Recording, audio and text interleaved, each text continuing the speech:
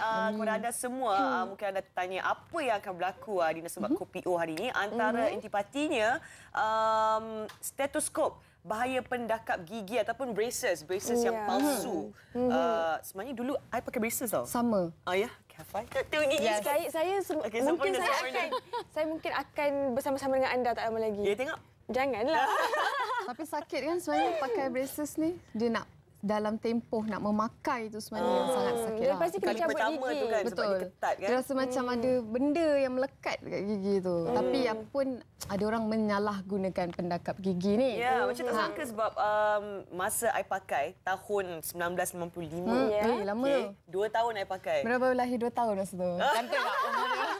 Nampak tak betapa Nampak tu. seniornya Hani. Tapi masa Hani kat sekolah dulu tu, Hani antara the first to pakai. Tak pernah dengar pun ada fake braces ni. Jadi ni benda ni kira baru. Sangat baru. Dan harganya dalam lingkungan RM140 hingga RM175 yang palsu ni sebenarnya. Beza Beza sangat. dengan yang sebenarnya adalah beribu-ribu ringgit lah juga kan, sebab nak pergi jumpa ortodontik setiap bulan dan sebagainya.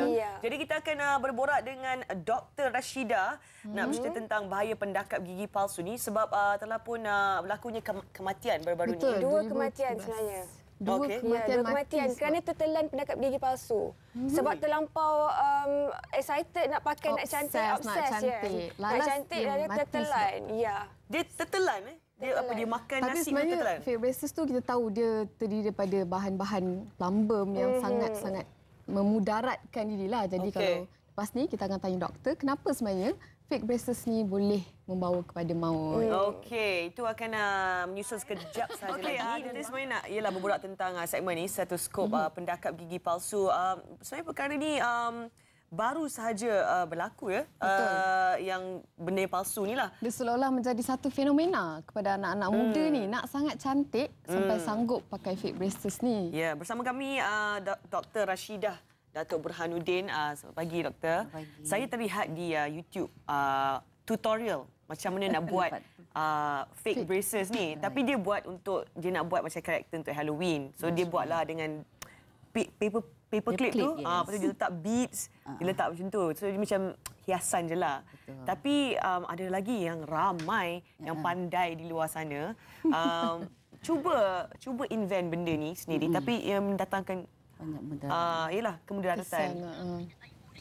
Kebahayaan. Tapi sebenarnya kita nak borak dulu. Sebenarnya apa fungsi pendakap gigi ni? Terima kasih Hani, terima kasih Mira.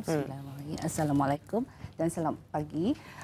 Pendakap gigi sebenarnya adalah alat untuk rawatan ortodontik bertujuan untuk membetulkan susunan gigi yang tak teratur, untuk membetulkan fungsi dan in a way kita boleh membantu improve kesihatan pergigian and kualiti hidup seseorang lah dan hasil daripada rawatan memakai braces, rawatan ortodontik ini dapat membetulkan susunan gigi yang lebih penting,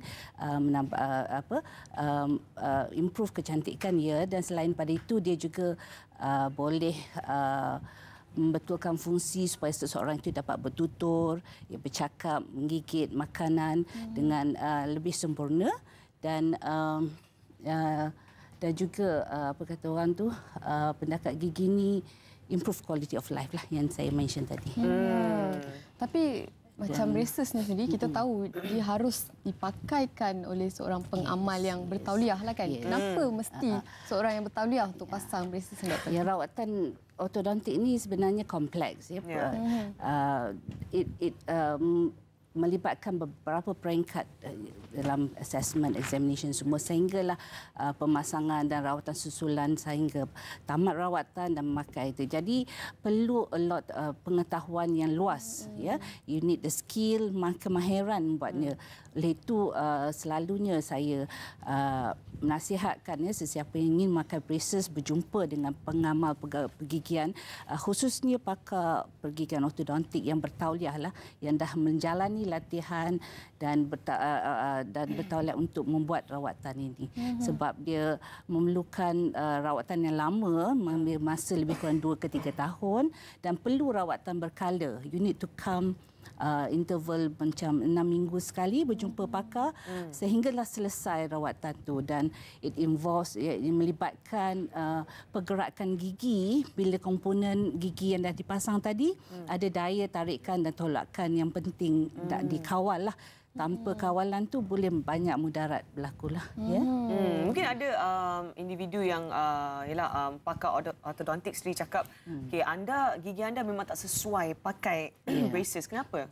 Okey, sebelum kita mulakan masang braces, kita buat assessment pesakit dulu ya. Kita saring pesakit ada keperluan itu ada atau tidak untuk pesakit itu memakai ya. Kita melihat dari segi kesihatan pergigian dan juga kita melihat dari segi, kadang-kadang kebanyakan pesakit datang untuk mendapatkan apa kata orang nak improve estetik, nak untuk kecantikan ya. Itu the second part of it, but yang lebih penting whether ada apa kata orang kata improvement dari segi function itu, ya. Kalau dia perlu dan kita nasihatkan memang perlu, kalau tidak kita nasihatkan tidak perlulah. Tidak semua kes perlu pakai braces lah. Ya, melainkan tapi macam sekarang ni kita sendiri nampak kan banyak sangat fake braces ni kan, pendakap gigi palsu ni. Jadi sebenarnya apa perbezaan di antara pendakap gigi yang tulen ni dengan yang palsu? Selain harga. Okey. yang palsu tadi murah lah kan ya. Ya, yang tulen tu kiranya agak mahal sikit ya.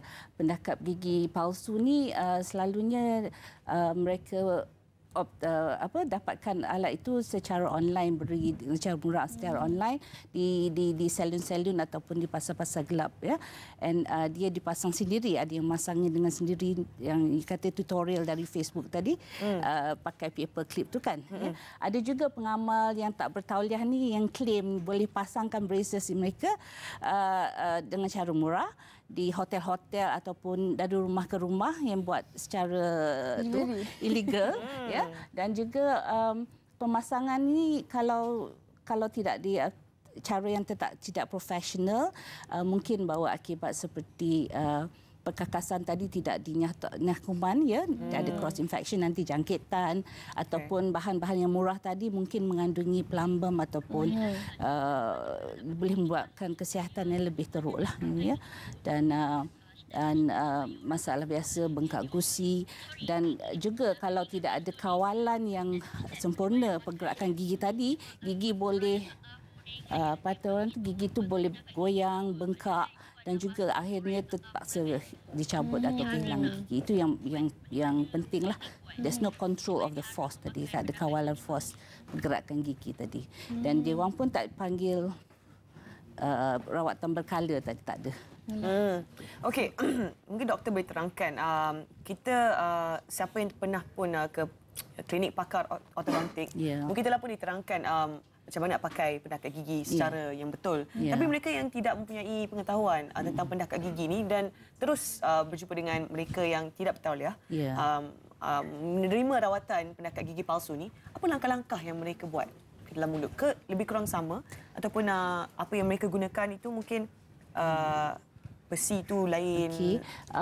Bagi mereka yang memakai pendakap braces yang palsu ni, mereka mungkin tidak diberi penerangan tentang cara-cara penjagaan, cara pemakaian, dan pemasangannya tidak berapa lengkap. Ada yang pasang bahagian depan aja, tak ada molar kontrol di belakang, dan ada juga pengamal tu bagi alat suruh tukar getah tu sendiri. Dia tak ada rawatan berkala. Jadi sekali dia pasang braces fake tadi, dia suruh continue sendiri, tak ada rawatan berkala. Yang lebih penting itu rawatan berkala yang kita nak kontrol gigi tadi. Tapi itu yang bahayanya lah. Bila kes macam ini kan ada pada 2013 tak silap, ada 2 orang yang dinyatakan telah meninggal dunia akibat daripada fake braces ni. Jadi boleh tak doktor kongsikan kepada kami sebenarnya apa sebab yang sangat-sangat terjadi? Ada kejadian kematian itu mujurlah ia tidak berlaku di negara kita ya. Di Thailand ni, di negara kita belum ada kes kematian tu. Tadi fake braces ini mungkin pada masa itu pesakit itu tidak diterangkan apa kata gejala keburukan memakai braces ini, dan dari laporan yang kita tahu sakit itu mati disebabkan tertelan alat itu dan juga mungkin kerana jangkitan lah. Adoi. Tertelan. Boleh tertelan. Sebab dia tak ketat kan, dia tak pasang betul-betul. Okey, sebenarnya kita nak minta orang ramai untuk menelefon kami. Sekiranya anda mempunyai persoalan ataupun pengalaman anda nak kongsi, apa nombornya, Amira? 1888-1677. Telefon kami kerana kat sini kita ada pakar ortodentik yang boleh anda tanyakan soalan yang mungkin macam kita ni pembekas pakai. Pembekas pun boleh. Kita orang ni pernah pakai braces, jadi mungkin ada banyak soalan-soalan yang kami nak tanya. Dan jangan ke mana-mana kerana sebentar lagi kita akan bersama dengan Dr. Dan Hani. Okey. Kembali selepas ini, berehat. Nasi lemak kopi O, nasi lemak kopi O.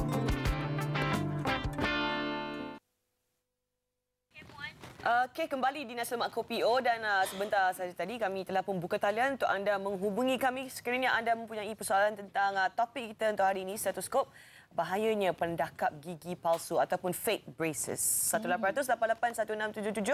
Amira, kita bersama dengan pakar kita hari ini ya. Betul. Hari ini kita ada Dr. Rashida Datuk Burhanuddin. Dan yang macam kita bincangkan tadi, Hani. Ya. Saya Mira nak tanya doktor lah kan. Apa secara peribadinya nasihat doktor kepada mereka yang mengeluarkan fake braces ni?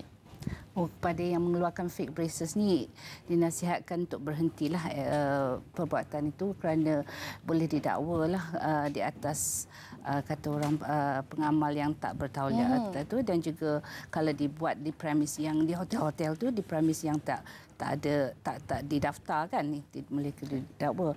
Dan bagi pemakai fake braces tadi, kalau dah dapat tahap kesedaran ya, mengetahui bahaya fake braces ni, bolehlah berkunjung ke klinik untuk membuka braces tadi kan.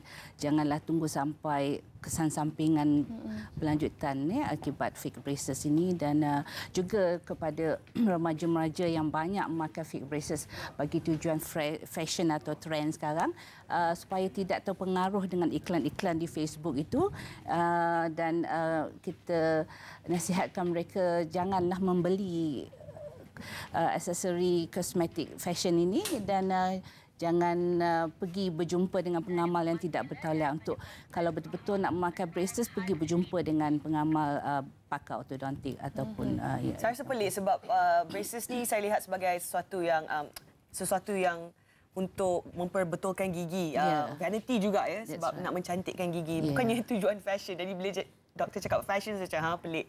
Okey, sebenarnya kita ada pemanggil, mungkin ada soalan ataupun nak kongsi pengalaman. Hello Hazlin. Hello. Hello Hazlin. Assalamualaikum. Selamat pagi. Salam, selamat pagi. Ya, soalan?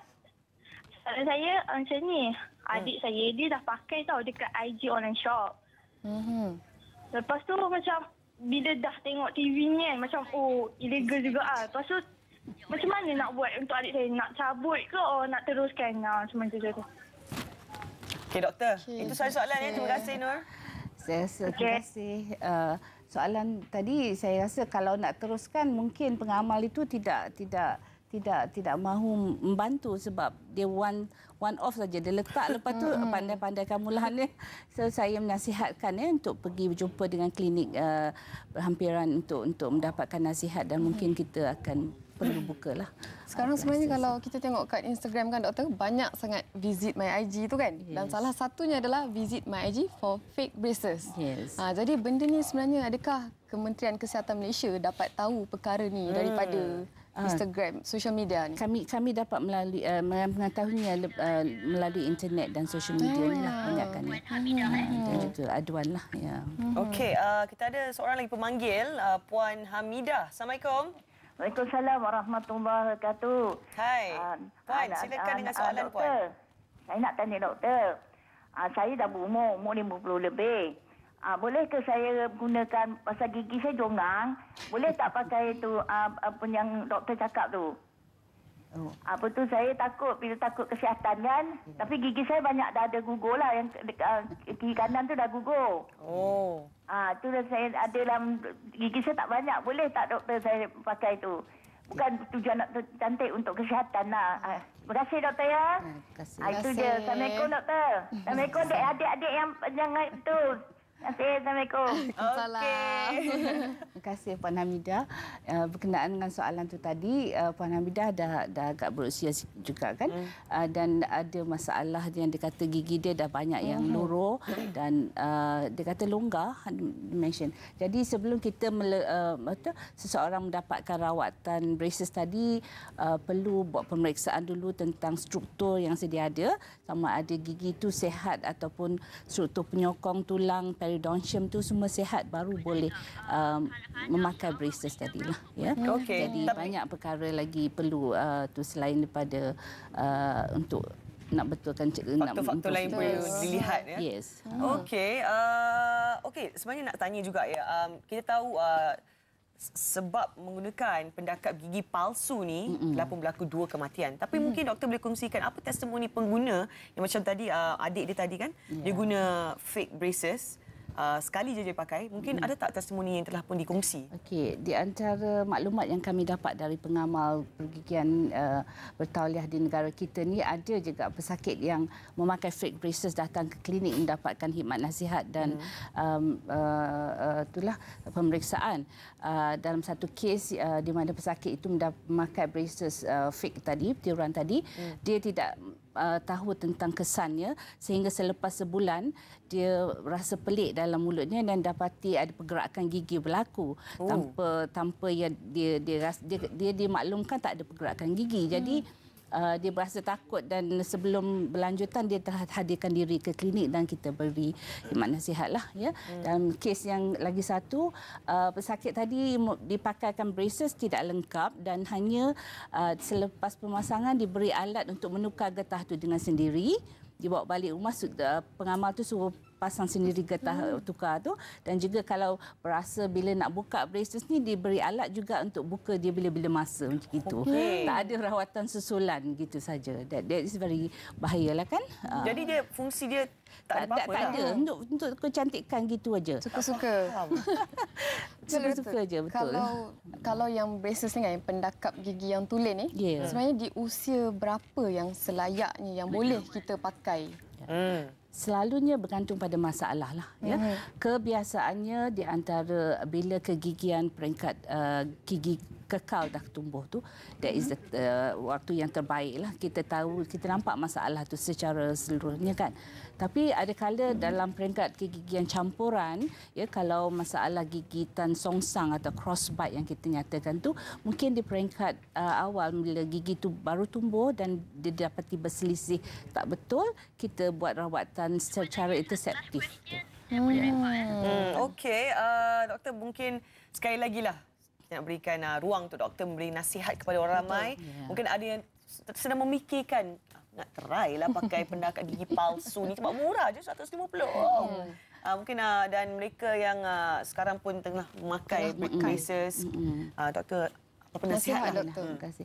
Saya nasihatkan pada remaja-remaja especially lah yang banyak memakai fake braces ini supaya sekiranya dah terpakai braces itu dapatkan khidmat nasihat dan pemeriksaan di klinik.